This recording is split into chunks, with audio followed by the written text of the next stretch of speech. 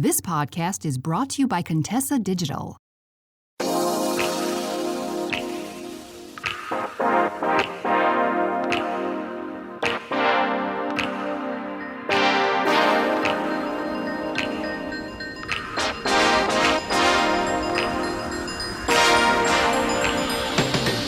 When I was in high school, I almost let self-sabotage cost me thousands of dollars.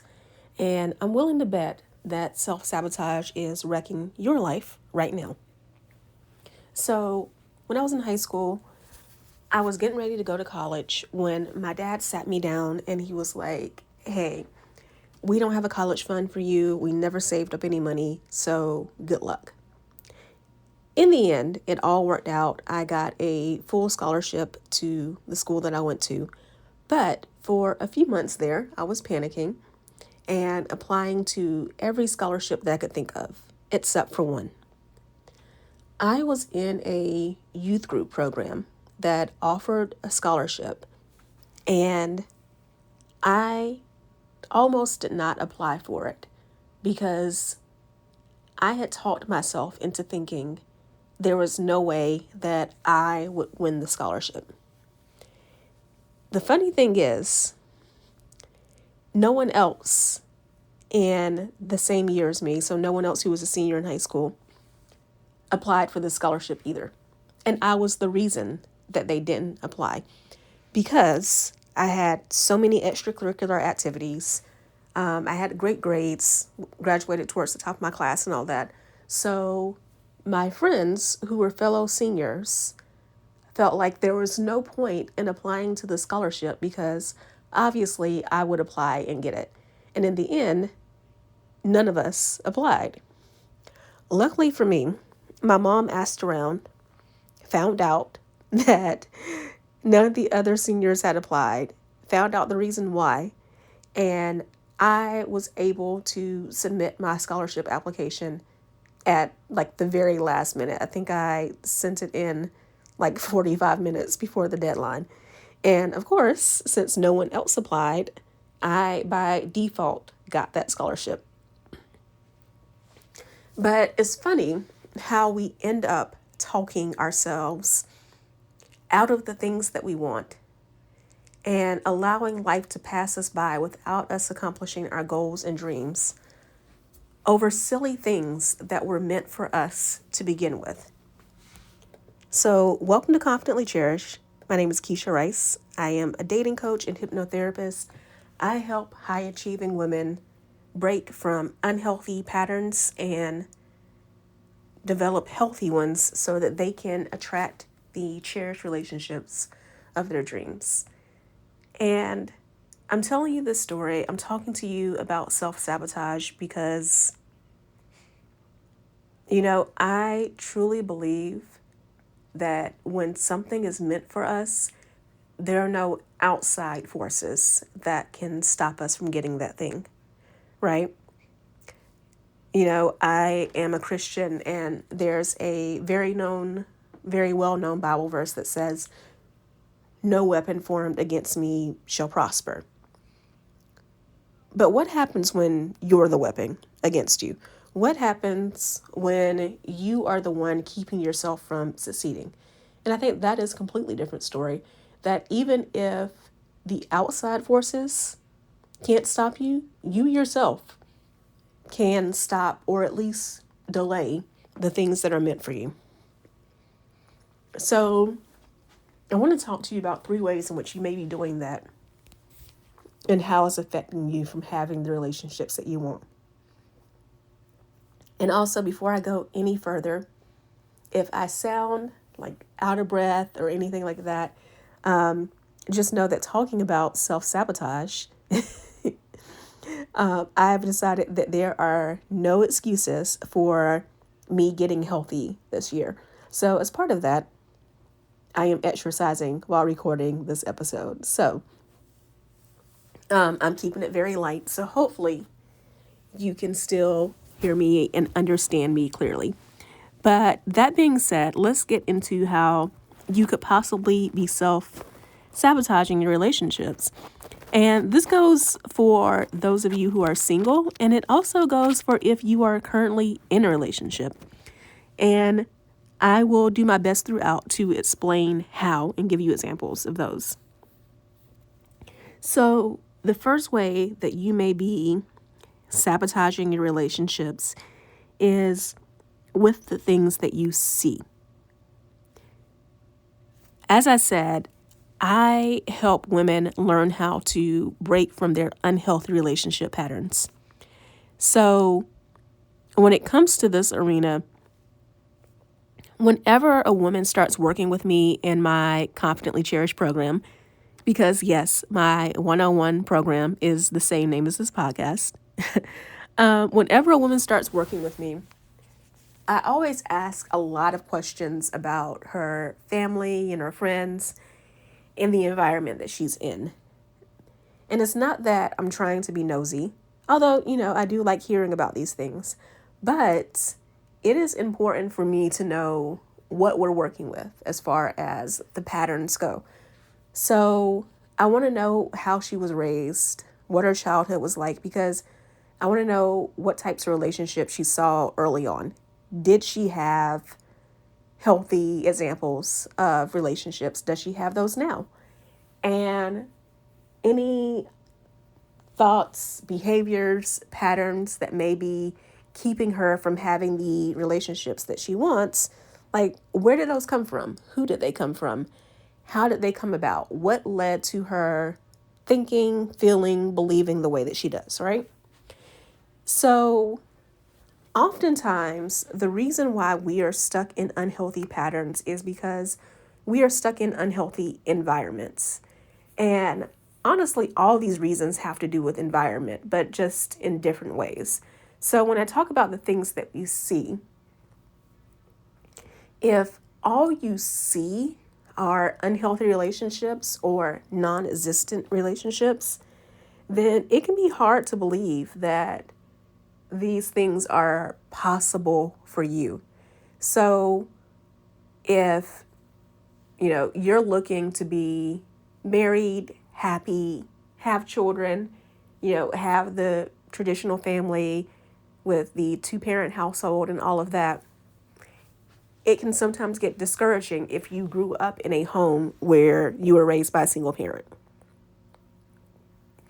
Especially if that parent, and especially if the same-sex parent, so, my audience is mostly women, especially if your mother never achieved that healthy relationship. So you've seen her mostly single your entire life, or you've seen her in relationships, but not in any type of relationship that you yourself would want to be in, not in a healthy, loving relationship, right?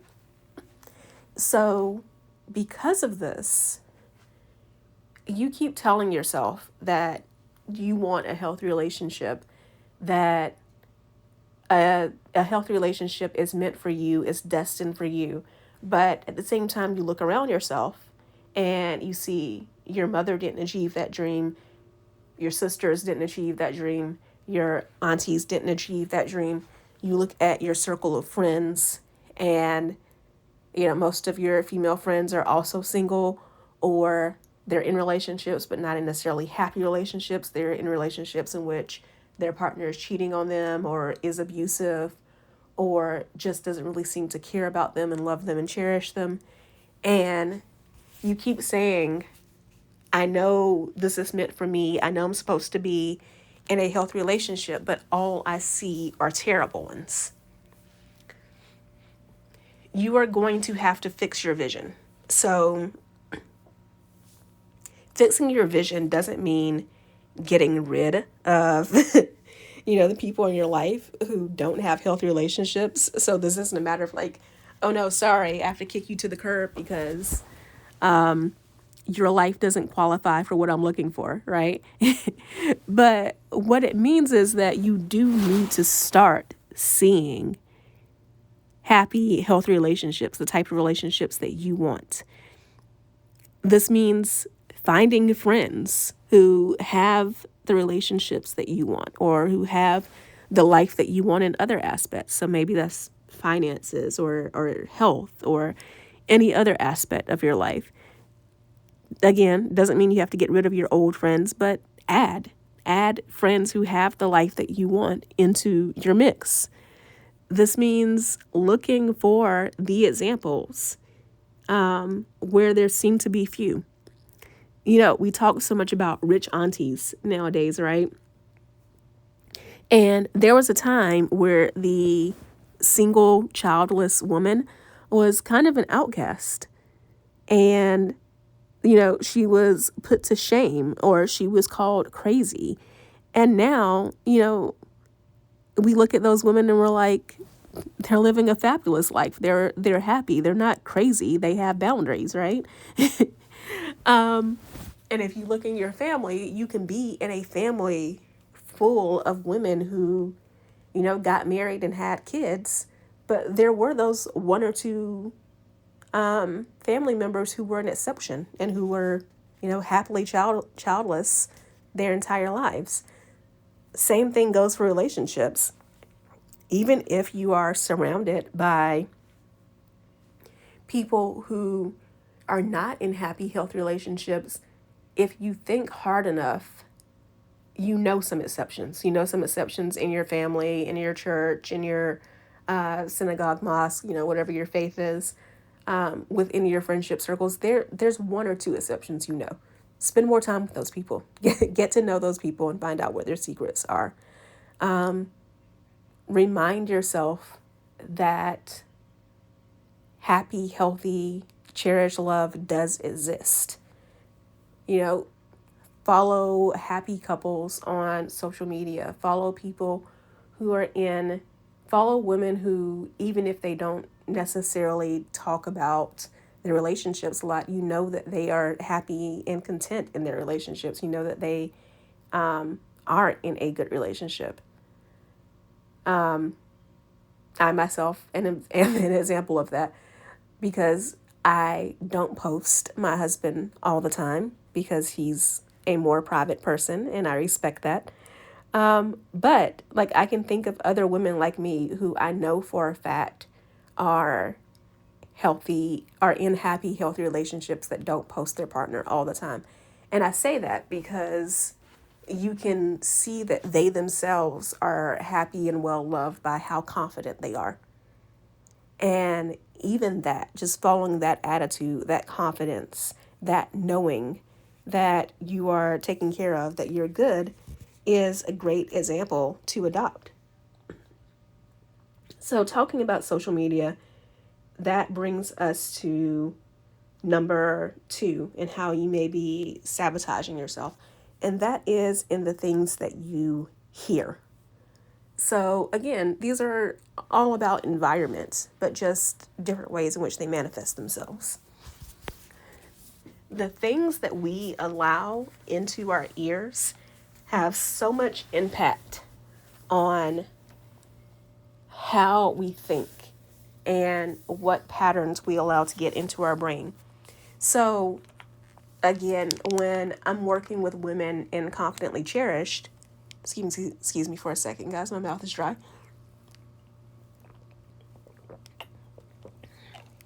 When I'm working with women in Confidently Cherished, one of the things that I warn them about is the music that they listen to. You cannot go around constantly talking about how you want a happy, healthy relationship, and then you are listening to heartbreaking breakup songs all the time. Or you're listening to music about how men are trash. Or you are listening to city girls and talking about scamming a man instead of being in a healthy relationship, a partnership, right? Same thing with social media. It always amazes me when women come to me and they tell me that they want nothing more than a loving relationship, but then they go on social media and they follow all of these accounts talking about how men are trash. Look, if I told you not to think about a pink elephant, the first thing that's going to come to your mind is a pink elephant. Because that is how our brains work. When we focus on one thing, our brain keeps giving us more and more examples to show us that, to confirm what we already believe or what we already think. It's just like if you think about the last time you bought a car. You decided that you wanted to buy a certain make and model of a car. And between the time you make that decision and the time you actually buy that car, whenever you go out on the road, in every parking lot, you constantly see that car over and over again. For me, it is a Corolla. I grew up in a family where my dad was always really big on Toyota. So, in my entire life, I've owned 3 cars, and all 3 have been Toyotas, 2 Camrys and a Corolla. When I decided that I was going to go from a Camry to a Corolla, Corollas magically appeared everywhere, right? And I live in the southern U.S., so people here love their big cars. They love their trucks, their SUVs, their Jeeps. The bigger the better. So seeing a Corolla, not like it's rare, like you never see a Corolla, but at the same time, it's not necessarily the most common thing you see where I live.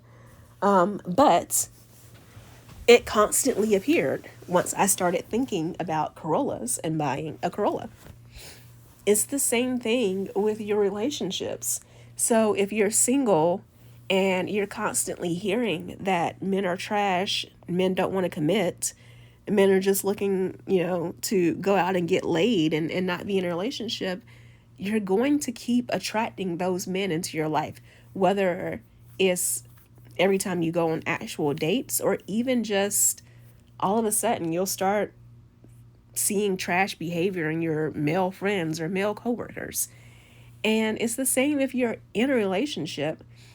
I have seen this happen with both genders. I have seen men who were perfectly decent men in a relationship with a woman, and then all of a sudden they got somehow sucked into red pill content. So, the Kevin Samuels, Andrew Tate, all that type of relationship content. And then these men went from being respectable men to trash, right? Because they allowed their minds to be filled with trash. And on the other side, I've seen this happen with women too. I have seen women be in perfectly good relationships.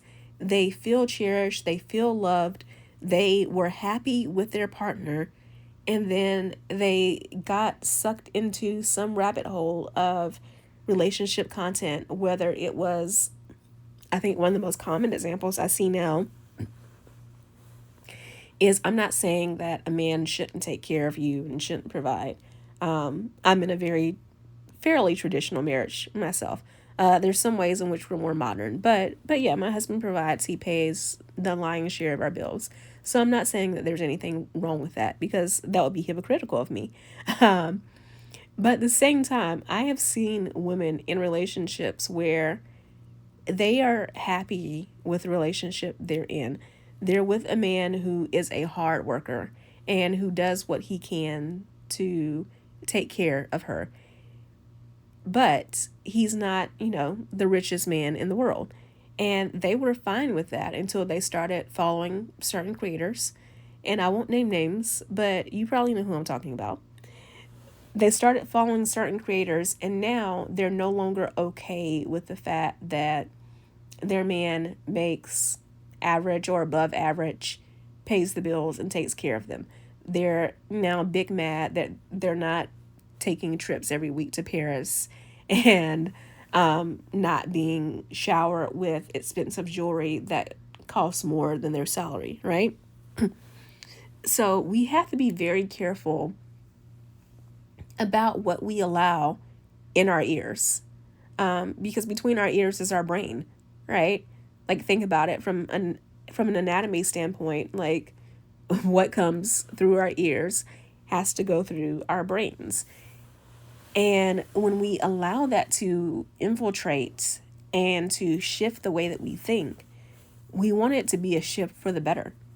So we want to focus on music about being in healthy relationships, being in love. We want to listen to music about loving ourselves, being confident, having boundaries, and not taking less than we deserve. We want to listen to people who uplift healthy and happy marriages. We want to follow content on social media that encourages love and partnership, not getting over, right? So the third way in which you may be sabotaging is through what you do. So again, like I said earlier, I truly believe that when something is meant for us, it is meant for us. That doesn't mean that we don't have to necessarily do anything, though. You probably heard the phrase, God helps those who help themselves. I know this for a fact because I minored in religion in college. So not just Christianity, but I also studied spirituality, Hinduism, Judaism, Islam, all of those. And I know that every form of faith, so whether you're part of an organized religion or whether you're one of my spiritual girlies, you're into law of attraction and stuff like that, but all of them teach some form of the importance of taking aligned action, of being in the position to get the blessings. So you can't say that you want to meet a man and get to know someone and be in a healthy relationship, but you never leave your house, right? You can't say that you want to meet someone who is healthy, who is hardworking, who will help improve your life and go places that are in the gutter. Like, I'm trying to be very careful how I say this because I know someone's going to get offended, right? But if you want to, if you've worked very hard to break some generational curses, to create a better environment for yourself, and that's the case probably if you're listening to me, because I work with women who are ambitious, who are hardworking, who are generational curse breakers, and who oftentimes had to overcome some circumstances to get to the high achievements that they have today. So what I mean by that is that oftentimes the women I work with come from a lower class background or a middle class background, and they've worked their way up from lower class to middle class, or they've worked their way up from middle class to upper class, right? Through education, getting better paying jobs, all of that. And I say that because of this. If you work that hard to improve your standing in life, and now you want to be with a partner who has done the same or is done better, they are at a higher class than you are, why are you still entertaining men who are in the gutter? Why are you still entertaining men who are in the hood? And not only that, who are happily there, who are not trying to do better for themselves, because you are not going to sway them. If they don't want it for themselves, you are going to be highly miserable in a relationship with them because you are working hard to do better, to attain more, and they're perfectly happy being in the gutter. And they can love you or say they love you all they want, but that doesn't necessarily mean that they are going to work harder to change their standing any more than it already has.